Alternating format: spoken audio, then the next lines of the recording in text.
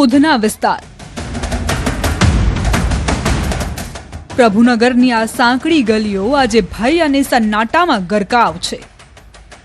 જે રસ્તા પર લોકોની ચહેલ પહેલ હતી ત્યાં આજે સફેદ ચોકથી દોરેલા કુંડાળા અને લોહીના નિશાન સાક્ષી પૂરી રહ્યા છે કે એવા ગુનાની જેણે આખા સુરતને હચમચાવી દીધું છે।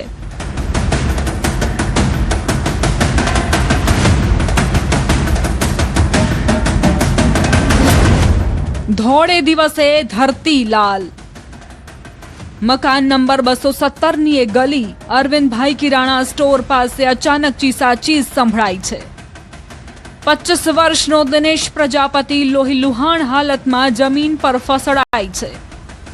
હજી કોઈ કંઈ સમજે એ પહેલા તો દિનેશના શ્વાસ થંભી ગયા હતા। માત્ર એક સામાન્ય બોલાચાલી અને મામલો સીધો જીવ લેવા સુધી પહોંચી ગયો। સામાન્ય બોલાચાલી જીવલેણ અંજામ। ઘટનાની જાણ થતાં જ ઉધના પોલીસનો કાફલો ઘટના સ્થળે દોડી આવ્યો। ગલીઓને સીલ કરી દેવામાં આવી। તપાસના ચક્રો ગતિમાન થયા અને સીસીટીવી ફૂટેજે એ હત્યારાનો ચહેરો બેનકાબ કર્યો જેણે ભર બજારે આતંક મચાવ્યો હતો। દિનેશ નામના યુવકને ચાલવા બાબતે ટક્કર વાગી હતી અને આ ટક્કર જેવી સામાન્ય બાબતને થયેલો ઝઘડો ઉગ્ર બન્યો હતો। જો કે આરોપી દ્વારા યુવકની જાહેરમાં હત્યા કરી નાખવામાં આવી હતી અને હત્યા કરી આરોપી ફરાર થઈ ગયો હતો। જો કે લુમ્સ ખાતામાં કામ કરતો ને એક જ વિસ્તારમાં બંને યુવકો રહેતા હતા। કહી શકાય છે કે મિત્રો હોવાની શક્યતાઓ છે। આરોપી હત્યા કર્યા બાદ ફરાર થઈ ગયો તો પોલીસે ગણતરીના કલાકમાં આરોપી ઝડપી પાડ્યો છે।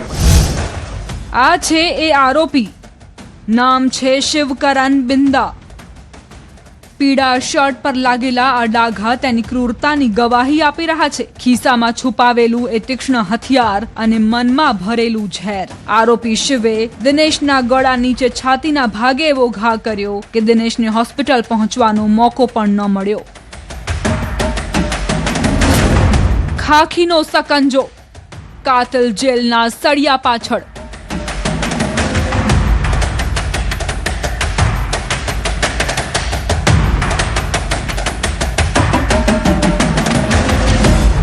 પોલીસ હવે એ દિશામાં તપાસ કરી રહી છે કે શું આ માત્ર તાત્કાલિક થયેલો ઝઘડો હતો કે પછી કોઈ જૂની દુશ્મનીનું પરિણામ। પ્રભુનગરના રહીશોમાં ફાળ પડી છે।